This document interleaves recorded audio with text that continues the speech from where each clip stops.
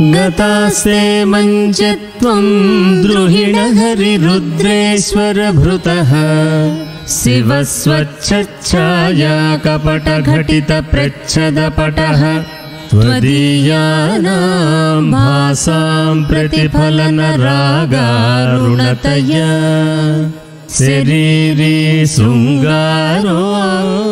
रस इव दृशां दोग्धिकुतुकम् गतास्ते मञ्चत्वं द्रुहिणहरिरुद्रेश्वर भृतः शिवस्वच्छच्छाया कपटघटितप्रच्छदपटः त्वदीयानां भासां प्रतिफलनरागारुणतया शरीरी शृङ्गारो रस इव दृशां दोग्धिकुतुकम् गतास्ते मञ्चत्वं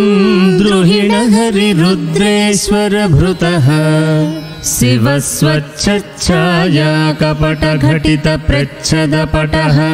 त्वदीयानां भासां प्रतिफलनरागारुणतया